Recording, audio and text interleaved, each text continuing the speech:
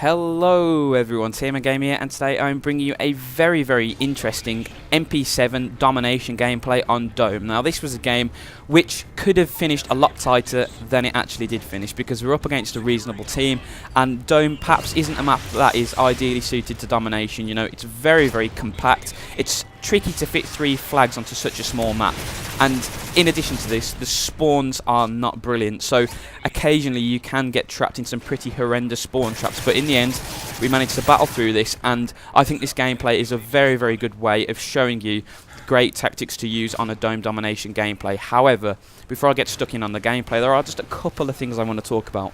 First and foremost is Twitter. Now Twitter is a very good resource, and I've had a Twitter account for about a month now, I think. It's a brilliant way for you guys to find out some more about me, to get linked to new YouTubers if you haven't perhaps seen their stuff before. I do tend to link videos that I've enjoyed on YouTube with links to the YouTube channel of the guy or the Twitter page of the guy that uploaded it. So if you guys are interested in expanding your gaming commentators, then following me on Twitter is a good way to do it. However, there is another very practical reason for me to have a Twitter account. As you guys know, with the changes in the YouTube subscription box, you no longer see 4 of my videos next to each other. You only see the latest one I've uploaded. So if you guys have been away, or you only come onto YouTube every couple of days and you've happened to miss one of my videos, Twitter is a very good way for you guys to catch up, because what I do is I try and link every single video I upload on Twitter, so if you guys do miss it through YouTube, you can pick it up through Twitter. Just on that as well, what I do is I link every single previous video in the description of my latest video. So if you have missed my last video, which I think was some team defender tactics on, I can't even remember what map it was, Village, team defender tactics on Village, if you did miss that video, it will be linked in the description, and this video will be linked in the description of my next video, and so on and so forth. So if you guys do miss out on some of my latest videos, you can check them out through this, well, either of those 2 ways. So you don't have to follow me on Twitter, but I really would appreciate if you did, because I'm beginning to get into Twitter now. I'm beginning to enjoy it, and yes, it is occasionally frustrating a few times, but it is a very fun resource, because I tend to use Twitter to have a few rants at Robert Bowl in passing as well, and particularly EA Sports at the moment, because EA Sports, for such a big company, have literally the most atrocious servers I have ever seen. You know, if you guys did follow me on Twitter, you would have seen quite a funny progression. Well, it wasn't funny from where I was now, but looking back it would have been quite funny. But I started the night off by talking about Ultimate Team, saying how all these people were backing out of Ultimate Team when they weren't playing me, and then about 20 minutes later the servers crashed and wiped my DNF again. So if you guys don't know, basically on Ultimate Team you have something called DNF. So for every game you finish, your DNF goes up. It's your did not finish bonus, basically. So for every game you don't back out of, even if you lose, and that will go up, and the higher that bonus is, the more coins you make, and obviously coins are central to Ultimate Team. However, the major problem with the EA servers is, for some reason, every now and again it will just kick you. You won't be leaving. You know, it's happened to me about 5 times now, and I haven't played much FIFA Ultimate Team, so for it to happen 5 times is ridiculous. And 4 of those times it happened when I was winning. Last night it happened when I was losing. But either way, what happens if the server disconnects you? It just punishes you. It will wreck your DNF, and my DNF had plummeted to about 0.7 because of the connections. I'd worked so hard to get it back up to 0.98, you know, considering the fact that every couple of games I'd disconnect again, so it was a real slog. I got it up to 0.98, and then last night it disconnected again, so I know for certain next time I log back into to FIFA, my DNF would have plummeted again, and that's really annoying. And EA have been claiming they've been working on it for months, ever since release date, and I'm sick to death of hearing excuses from these major gaming companies. I mean, EA is a massive company. It gets the servers right on Battlefield, so why can't it do it right on FIFA? Anyway, that's enough of a rant over. Like I've been saying, if you guys do want to follow me on Twitter, the link will be in the description, and the link in my previous video will be in the description too. Anyway, let's finally get onto the gameplay now. Let's talk a little bit about the map first.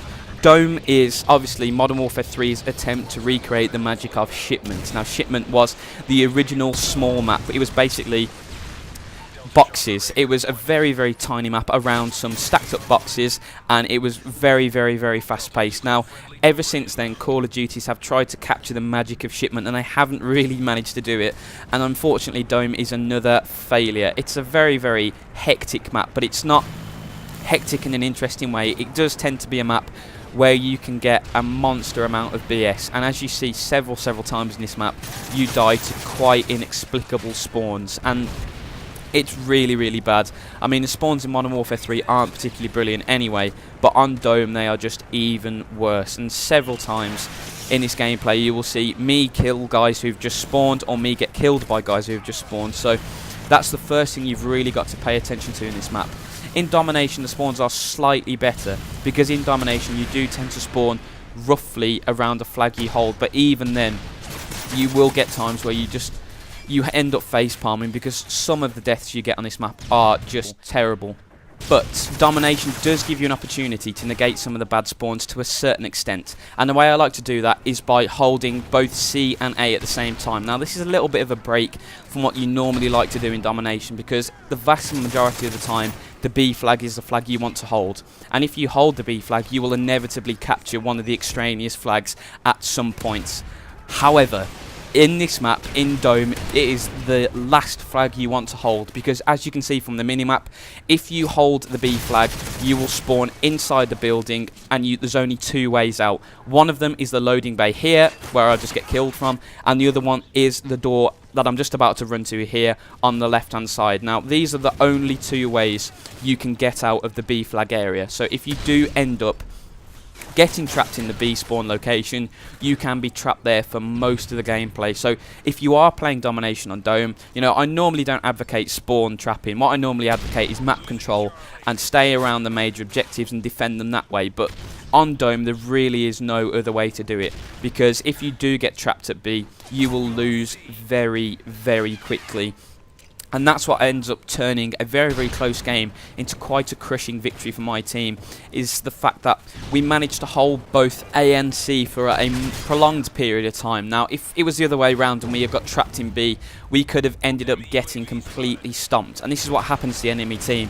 They get trapped in at B, they can't get out, and they end up getting completely and utterly surrounded and mown.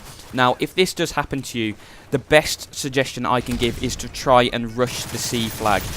Rushing A is a lot more difficult because it's a lot easier to spawn trap the loading bay exit of B.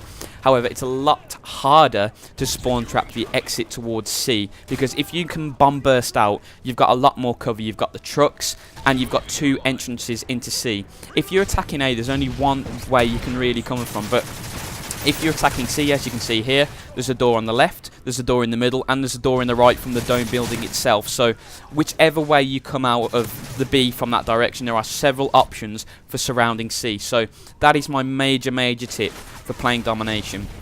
Try desperately to get the other team in and around the B objective. If you can hold A and C for a prolonged period, you will win the game very, very comfortably. And just the opposite of that, if you do end up getting trapped in the B objective, try and get 2 or 3 teammates together and as one rush out and head towards C, because C is the much easier objective to capture. And as you can see from the overhead shot with the Predator missile, C is right in the corner of the map, meaning once you've got map control of that area, people aren't going to be spawning all around you. They'll spawn from the Dome building and they'll spawn from B. So there's only 2 ways that the spawns are going to come from. If you have B, they can spawn pretty much all around you, so you're never quite sure where the enemy is. However, once you have C and A locked down, the enemy's only going to be in one location, and this is when you can really crank up the pressure.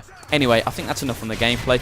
I hope you guys have enjoyed these tactics. You know, Dome is a little bit of a tricky map to get sorted on Domination, because like I've mentioned, with all the dodgy spawns and the fact that it's so clustered, you can never quite feel safe. For example, when you're playing on a map like Seatown, there are some areas where you know, right, the enemy aren't going to be here. It gives me just a couple of minutes just to check myself, reload, make sure I'm safe, check where my teammates are, then get into the battle.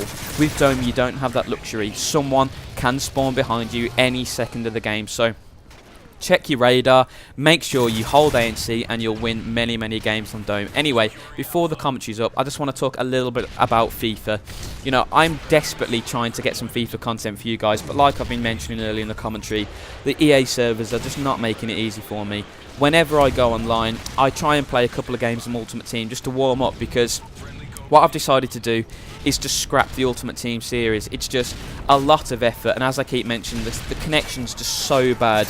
I get signed out every time I try and play, and it's just a nightmare for trying to build a side. I keep having to switch accounts, transfer all my players across to another account, and it's just a disaster. So what I'm going to try and do is bring you some more of the head-to-head gameplay, the road to Division 1, but that is reliant on the EA servers being somewhat usable, and at the moment for me they really aren't. So I'm going to keep endeavouring to bring you FIFA stuff, but until then it's just going to have to be Minecraft and Call of Duty. But anyway, the gameplay's over. I think the final score something like 40-11, something like that, so it's not the best score, but this gameplay is the perfect example of how to play a dome domination game correctly. So guys, as always, I'd just like to sincerely thank you for watching the gameplay, and as always guys, have a fantastic